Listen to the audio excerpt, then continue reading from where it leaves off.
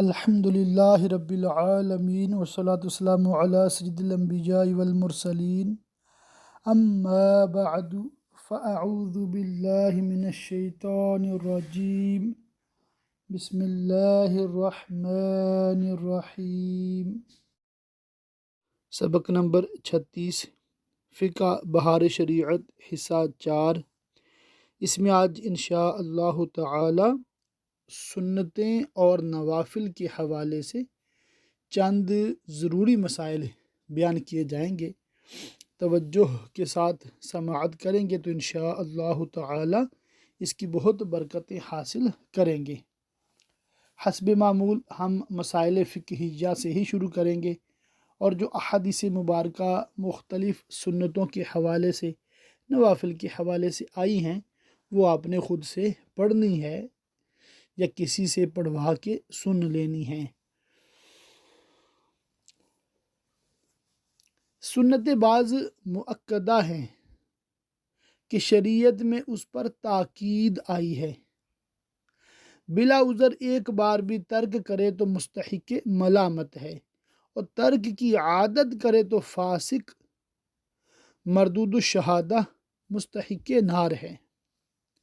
اور بعض ائمہ نے فرمایا کہ وہ گمراہ ٹھہرایا جائے گا اور گناہ گار ہے، اگرچہ اس کا گناہ واجب کے ترک سے کم ہے۔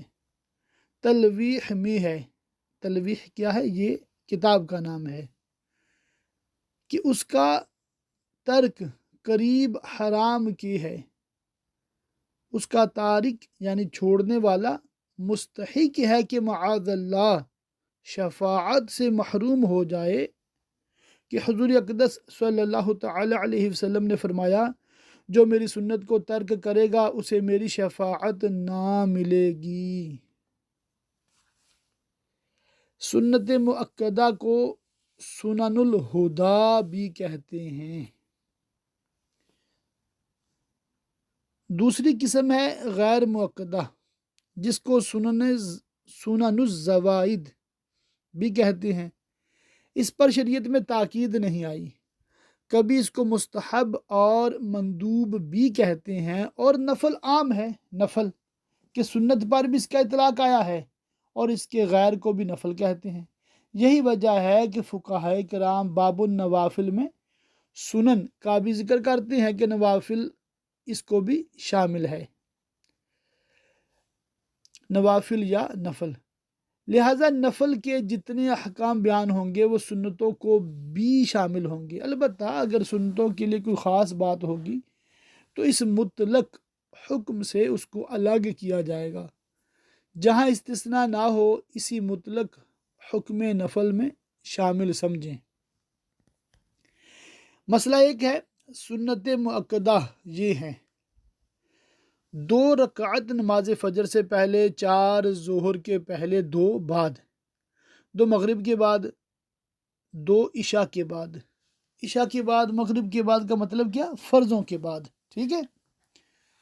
4 جمعہ سے پہلے، 4 بعد، یعنی جمعہ کے دن جمعہ پڑھنے والے پر 14 رکعتیں ہیں، اور علاوہ جمعہ کے باقی دنوں میں ہر روز 12 رکعتیں۔ افضل یہ ہے کہ جمعہ کے بعد 4 پڑھے پھر 2، کہ دونوں حدیثوں پر عمل ہو جائے۔ تو ہمارا عام طور پہ یہی معمول ہے کہ جمعہ سے پہلے ہم 4 پڑھتے ہیں، پھر ہم جمعہ کے 2 فرض پڑھتے ہیں، پھر 4 پڑھتے ہیں، پھر 2 پڑھتے ہیں، پھر 2 نفل پڑھتے ہیں۔ جو سنتیں 4 رکعتی ہیں،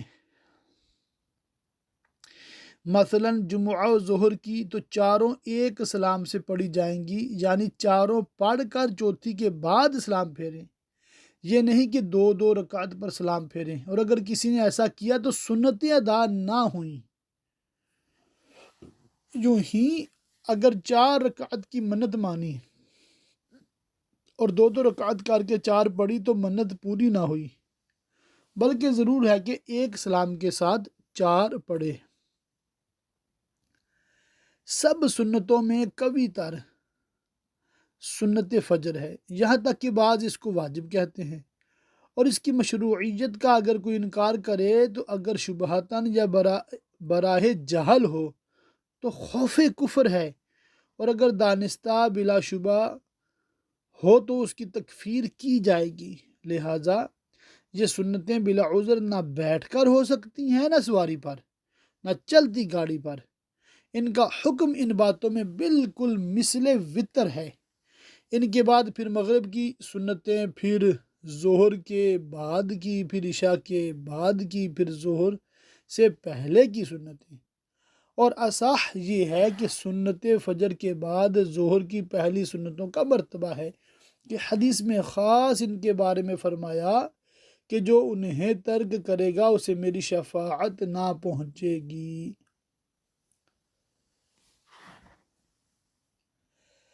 اگر کوئی عالم مرجع فتویٰ یعنی فتویٰ کے لیے لوگ اس کی طرف رجوع کرتے ہوں،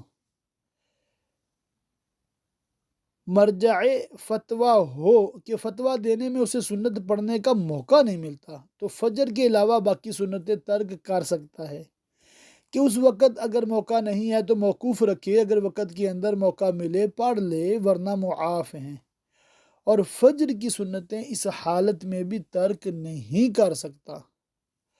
فجر کی نماز قضا ہو گئی اور زوال سے پہلے پڑھ لی تو سنتیں بھی پڑھے، ورنہ علاوہ فجر کے اور سنتیں قضا ہو گئی تو ان کی قضا نہیں۔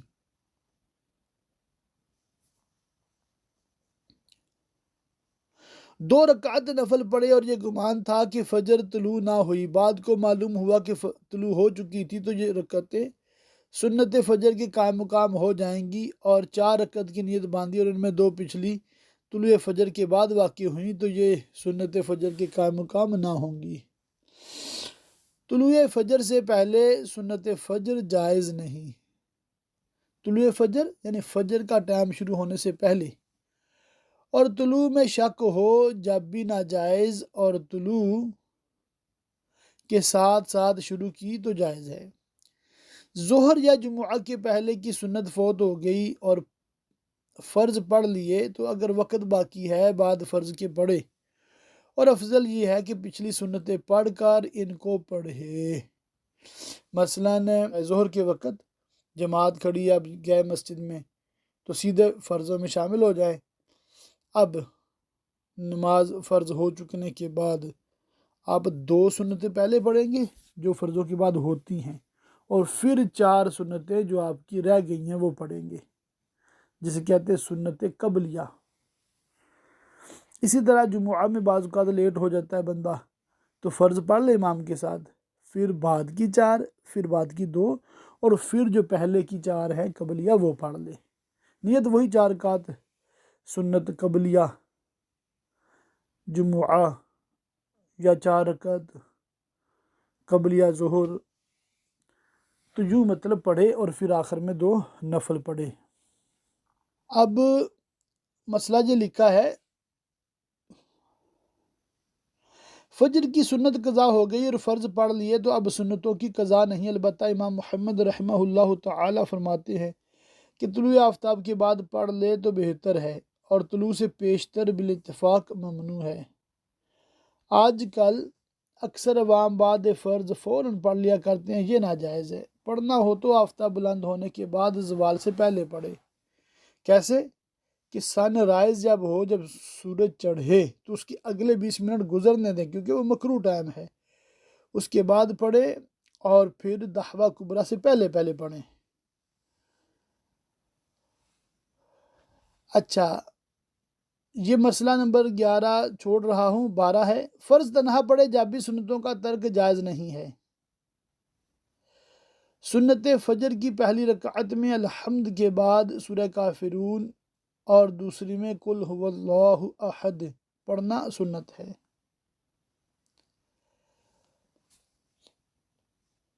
مسئلہ نمبر 13 چھوڑ رہا ہوں، 14 پڑھتا ہوں۔ امام کو رکوع میں پایا اور یہ نہیں معلوم کہ پہلی رکعت کا رکوع ہے یا دوسری کا، تو سنت ترک کرے اور مل جائے، یعنی سنتیں نہ پڑھے، جماعت میں شریک ہو جائے۔ اگر وقت میں گنجائش ہو اور اس وقت نوافل مکروہ نہ ہوں تو جتنے نوافل چاہے پڑھے، اور اگر نماز فرض جماعت جاتی رہے گی تو نوافل میں مشغول ہونا